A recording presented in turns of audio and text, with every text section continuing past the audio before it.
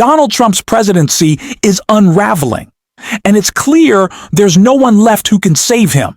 Not Mike Johnson, not John Thune, and definitely not Trump himself. We're in the middle of a government shutdown that everyone knows was caused by Trump and the MAGA movement. They're trying to distract people with false claims about undocumented immigrants stealing health care when the real ones taking from the system are billionaires.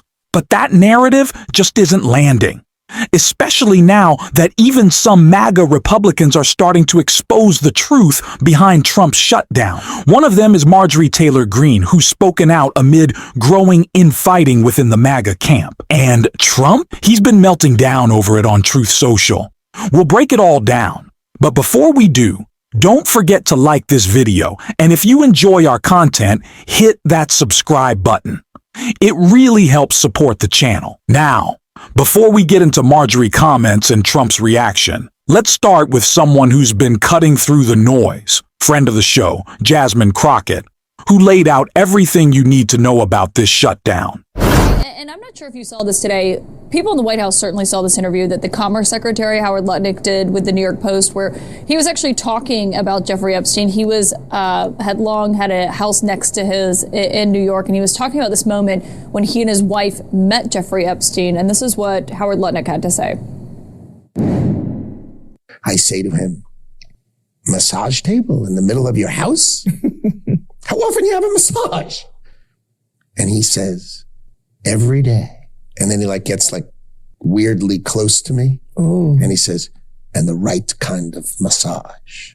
And in the 6 or 8 steps it takes to get from his house to my house, my wife and I decided that I will never be in the room with that disgusting person ever again. That's what his MO was, get a massage, get a massage. And what happened in that massage room, I assume was on video. This guy was the greatest blackmailer ever. Now, on that front, he suggested that the prosecutors struck an agreement with Jeffrey Epstein because he handed over videos of people getting massages at his house. Some of the people he named denied that, I should note. But I wonder the White House was kind of irritated, I think. Some people in the White House, I'll say, by that interview, because obviously this is not something they want to talk about. What's your take on that interview? I had an opportunity to sit down in the transcribed interview of Alex Acosta. And so I was able to actually do my lawyering as I was asking him questions about why it is that he decided to basically give out a sweetheart deal, a deal that he says even today, when he looks back, he doesn't look at it as a sweetheart deal. Now, his excuse was that the victims just weren't credible enough. He felt like they had credibility issues. He felt like they would be impeached. And it was very weird for me to hear as someone who has been a defense attorney, who has had to defend against these kind of cases. Usually it is a prosecutor's dream because most juries want to believe, especially a child victim, they never want to get it wrong. And so it is very difficult to overcome that. And so he wasn't giving me satisfactory answers. But, listening to that, it seems like, much like my own gut in this particular case, there was more than enough to go after Epstein, and there was just a lot that Alex wasn't telling us. Donald Trump is pushing a false narrative that undocumented immigrants are stealing your health care. But here's the reality. Undocumented people in the U.S. pay roughly $100 billion in taxes every year, most of it through payroll taxes that fund Medicare, Social Security, and unemployment programs they can't even use. In other words, they're helping subsidize our healthcare system, not taking from it. Meanwhile, Trump is the one cutting healthcare funding to hand massive tax breaks to billionaires. It's a ridiculous claim. And even figures like Marjorie Taylor Greene have indirectly highlighted the truth about this shutdown, which clearly isn't sitting well with Trump. Marjorie Taylor Greene turns on Trump and tells GOP to end the shutdown. One-time MAGA stalwart Marjorie Taylor Greene is deepening her rift with President Trump and his coalition with a demand that Republicans end the government shutdown.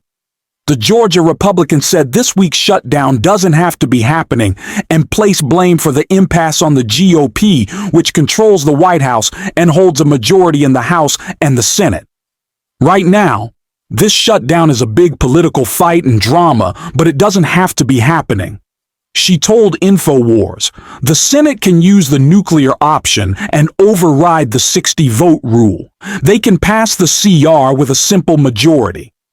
The lawmaker noted that the Senate activated this rule to expedite the confirmation of Trump's nominees last month.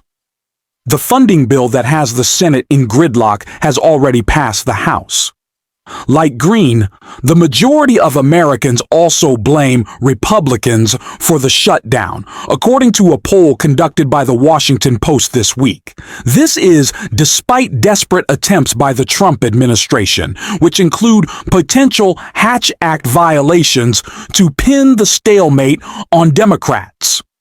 Republicans, including Trump, have falsely claimed that Democrats are to blame for the shutdown because they want to give free health care to undocumented immigrants, when in fact, federal law bars unauthorized immigrants from buying Obamacare marketplace plans or receiving Obamacare subsidies.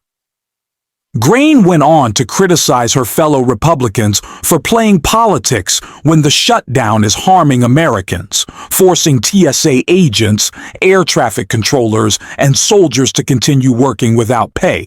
These are single moms that, people have hit hard times over the past 4 years because of inflation, and the cost of living is extremely high right now, the Congresswoman said.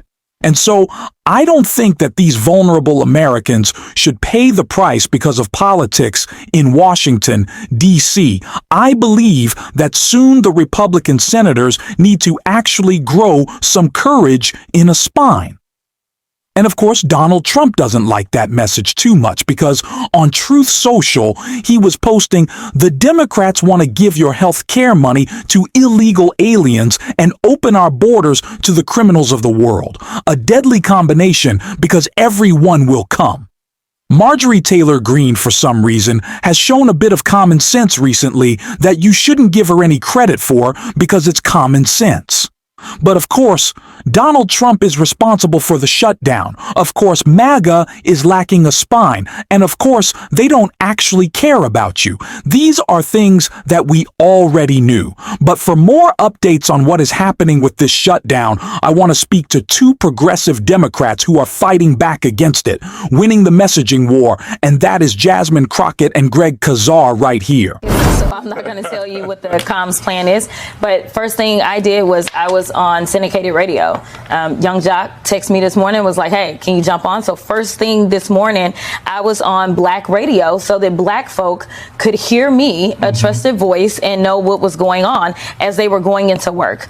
I then got on with local news because it is important that my district, especially since I'm not there right now, it is very important that my local constituents, the ones that sent me to D.C., know that I have a message for them. So I got up, I did local news.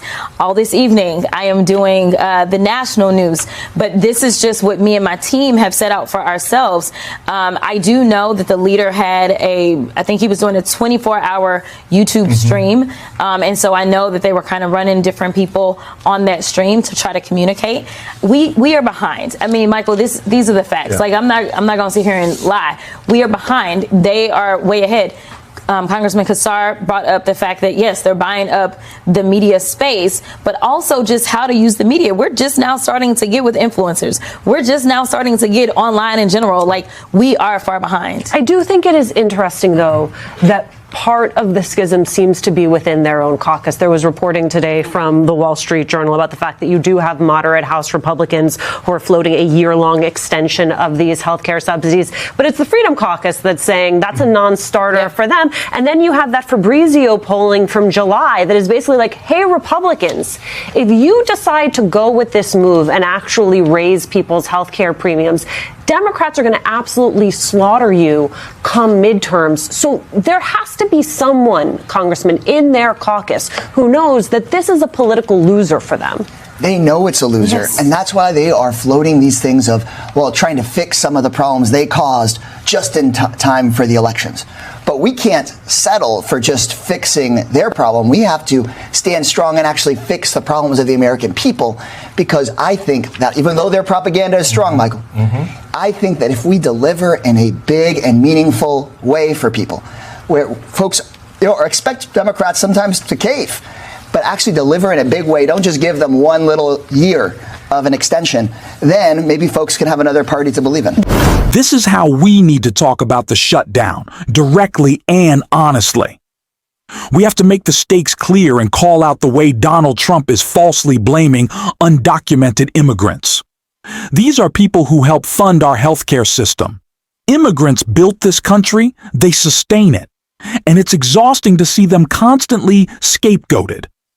The only group we should be calling out is the billionaire class, the 1% that's actually taking from working Americans, and we shouldn't be afraid to say that. We'll keep speaking that truth here every single day.